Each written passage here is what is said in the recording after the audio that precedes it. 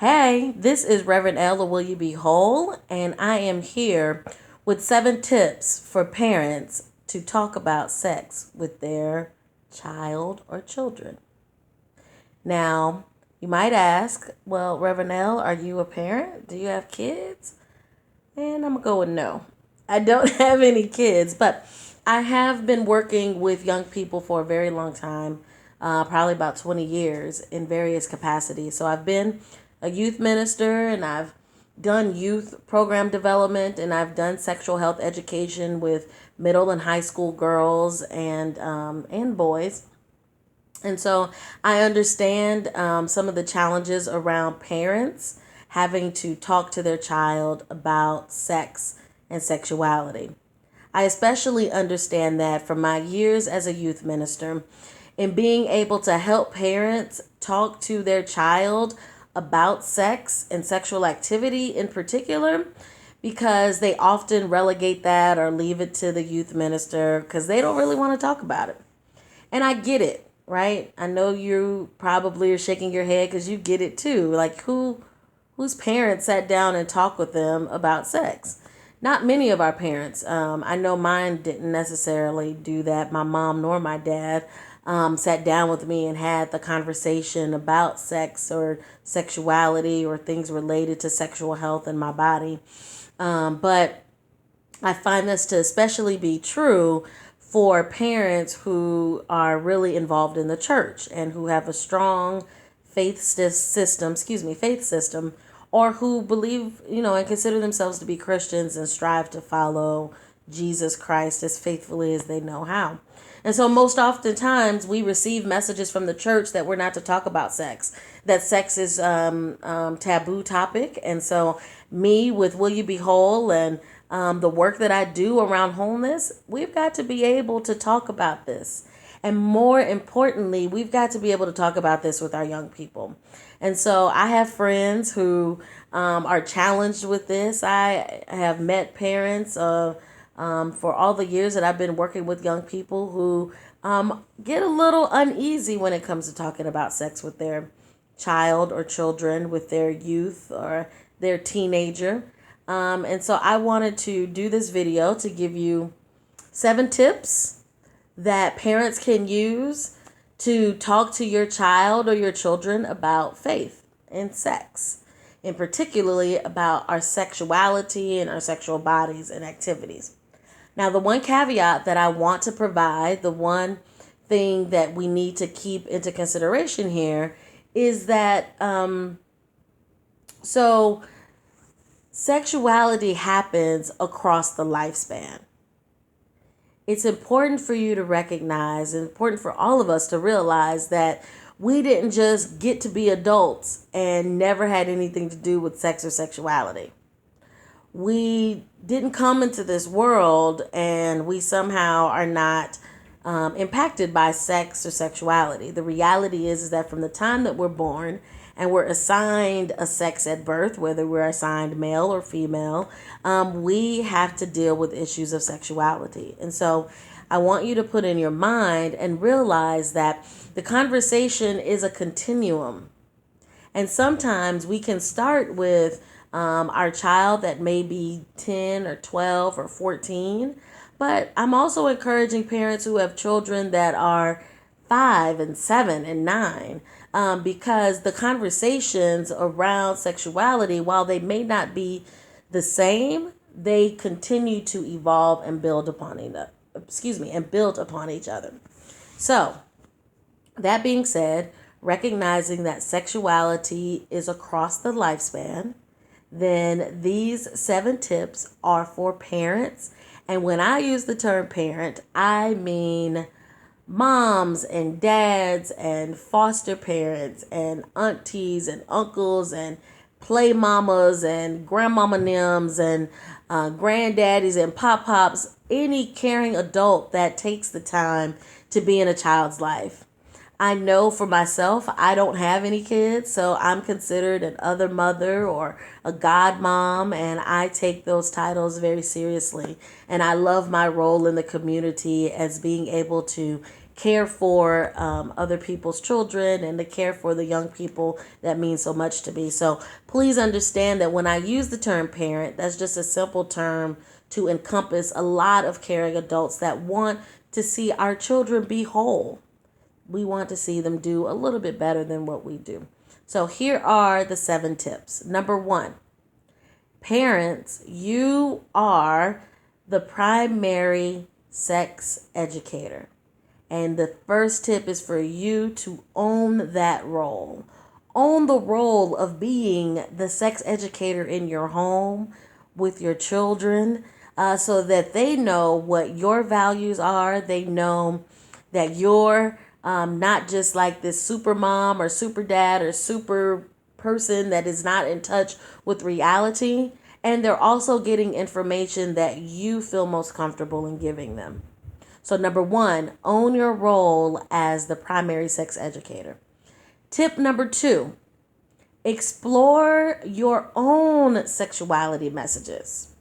Now this can be a little hard because for some of us, I know for myself, I didn't necessarily get the conversation with my parents about sexuality or about sexual activity, or about my body in any real meaningful way. And so you want to take the time to explore what are the messages that you received from your parents, from the caregivers that you were brought up with. What did the church teach you? What did your friends teach you? What were the messages you got from society about your body, about sexual activity, about all things related to your sexuality? So once you have 1, owned being the primary sex educator, then 2, you want to explore sexuality messages. My third tip, and this one may be a little difficult for some of us, but be willing to share your first positive sexual experience. Be willing to tell your first positive sex story. Now, you might wonder why I use the word positive. And so as an abuse survivor myself, as a survivor of rape, and recognizing that abuse happens with our children, recognizing that sometimes our first sexual activity is not the one that we wanted to engage in, we still have agency, we still have the power to be able to articulate the first experience where we smile at the memory, where it was loving and affirming and mutual and beautiful. And so be willing to tell that story. And even as you recognize that you are a survivor and you're dealing with your trauma, that even being able to tell this positive story helps you in your continued healing. So I'm going to keep going back over them. Number 1, own your role as the primary sex educator. Number 2, explore your sexuality messages. Number 3, tell your first positive sex story. And then number 4, I want you to speak from a place of love. One of the hardest things parents can do is talk about sex and sexuality because of how big and how mysterious and how challenging a topic it can be. But when we ground ourselves in love, your child, your daughter, your son, they know that you love them. They know you love them because you care for them, because you tell them you love them. And so grounding your conversation in love, and even lovingly saying, I may not get it all right, but I'm here for you, lets them know that you are safe space. So I want you to speak from a place of love. And then, so number 1 was own your primary role, right? Number 2 was explore your sexuality messages. Number 3 was tell your first positive sex story. Number 4, I want you to speak from a place of love. And then tip number 5 is I'm pushing you to find 1 or 2 scriptures that you feel grounded and rooted in that affirm our sexuality as a natural gift from God, that affirm that our bodies are good, that we are good, and that we're created in God's image. And so some examples of that are Genesis 1:31, where it says, and God looked at everything that God created and it was good. Everything was good. That Psalms 139 says that we are fearfully and wonderfully made. That Matthew 22, the great commandment, is that we are to love the Lord our God with all our mind, with all our soul, with all our body, with all our strength. So recognizing that love of God includes our body. So those are some examples of how you can ground this conversation about your sexuality. But it also helps you to transmit or to share. Transmit is that like technical word. But it also helps you to share what you understand the Bible to say about sexuality. So do the work to find some, I would say at least one or two. For those overachievers out there, you could find 3 or 4, but at least 1 or 2 scriptures that will ground you in this idea that being fully spiritual and fully sexual is good because God created it as good, and we are created in God's image. So that was number 5. Now, number 6, I'm asking you to be able to be the role model for your other parent friends. Okay. Now, I'm going to go back through. So number 1, you remember what number 1 is? Right. Number 1 is owning your role as the primary sex educator. Tip number 2, that you explore the sexuality messages that you've received in your life. Tip number 3, that you are willing to share your first positive sex story. That tip number 4, you want to speak from a place of love. Tip number 5, you want to find 1 or 2 scriptures that will ground your conversation as people of faith, and that affirm who we are as both sexual and spiritual beings. And then number 6, you want to be a role model for your other friends, for your other parent friends that are likely having the same reservations as you, to be able to talk about this, share some tips with them, share this video with them, be willing to talk about it amongst one another. The parents of your child's friends and who their playmates are, because if you're anything like my mom was when I was growing up, you know who your friends, you know who your child's friends are and who house they're going over, and you know all those things and the conversations that you have. So my tip number 6 is that you be that role model for other parents. And now my last tip number 7. Just trust God, right? Trust God, trust yourself, trust your voice and your love for your child, that God has given you this beautiful gift of a human being to be a good steward of during their lifetime. And one of the ways you can do that is by talking with them, by creating space for them to talk about their sexuality and even their sexual activity.